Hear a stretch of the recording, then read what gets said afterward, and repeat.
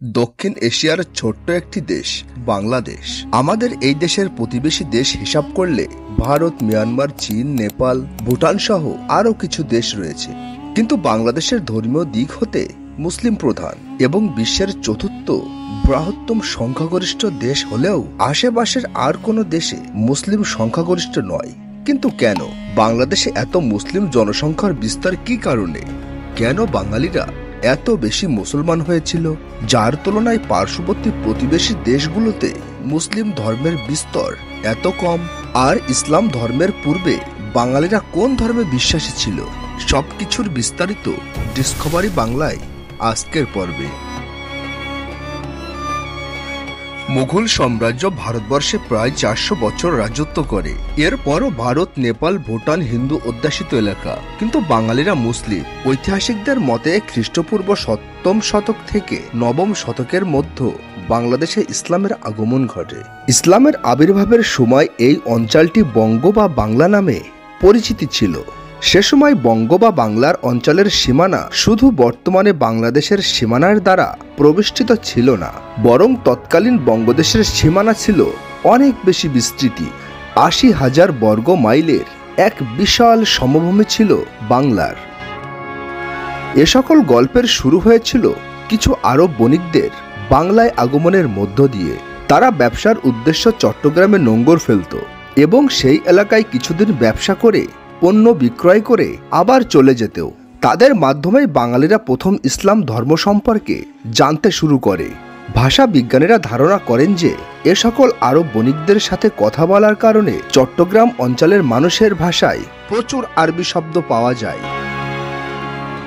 600 বছর মুসলিম খেলাফত Spain Africa পর্যন্ত বিস্তৃতি লাভ করলেও দীর্ঘ সময় মুসলিমরা দক্ষিণ এশিয়ায় কোনো অভিযান পরিচালনা করতে পারেননি।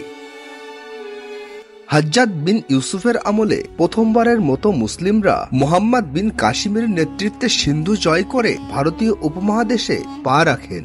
এ জয় ভারতবর্ষে ইসলাম প্রচারের দ্বার উন্মুক্ত করে। কিন্তু মুহাম্মদ বিন কাসিমের এ বিজয় এই অঞ্চলের রাজ্য প্রতিষ্ঠার লক্ষ্যে ছিল না। পরে 1000 সালের দিকে সাবত্তকিনের বংশধর আলোকতকিনের ছেলে সুলতান মাহমুদ সহ সকলে আফগান অঞ্চল হতে ভারতবর্ষে আক্রমণ চালালেও তারা কেউ ভারতবর্ষে স্থায়ী সাম্রাজ্য স্থাপন করেননি।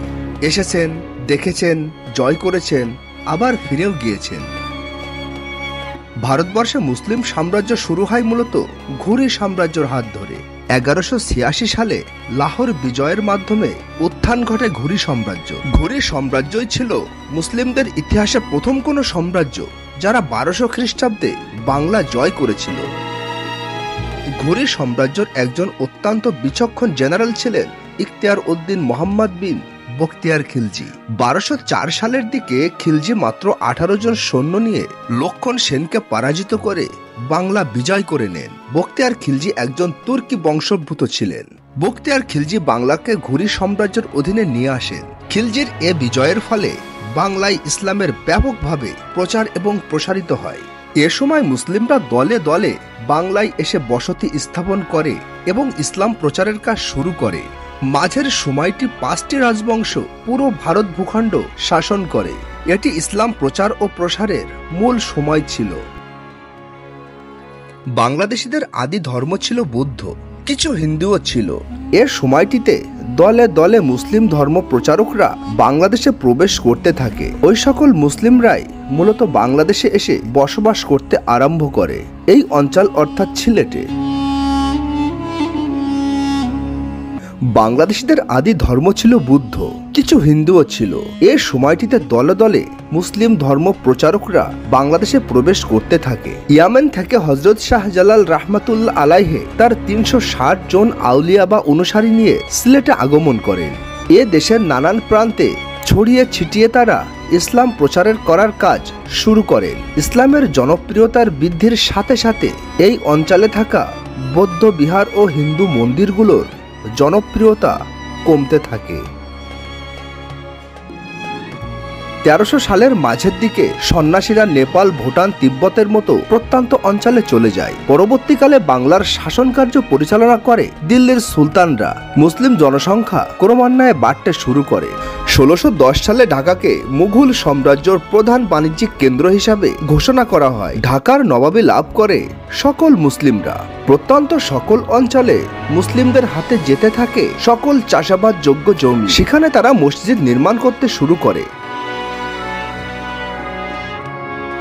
স্থানীয় জমির মালিক মুসলমানরা হওয়ায় মুসলিমদের হাতে এই অঞ্চলের অর্থনৈতিক ক্ষমতাও ছিল, যা এই অঞ্চলের মুসলিম আধিপত্য বিস্তারের প্রধান ভূমিকা পালন করে, যা তখনকার সময় ইসলাম ধর্মের প্রচার সহজ করে দেয়। এরপর ভারতবর্ষে ইংরেজরা আগমন করে। 200 বছর তারা আমাদের শাসন করে ট্রিলিয়ন ট্রিলিয়ন ডলার পাচার করলেও বাঙালিদের কাছ থেকে ধর্মবিশ্বাস তারা কেড়ে নিতে পারেননি। ইংরেজদের পতনের পর পশ্চিম পাকিস্তানের সাথে বাংলাদেশ মিলিত হয়ে বাংলাদেশ একটি নতুন রাষ্ট্র গঠন করে।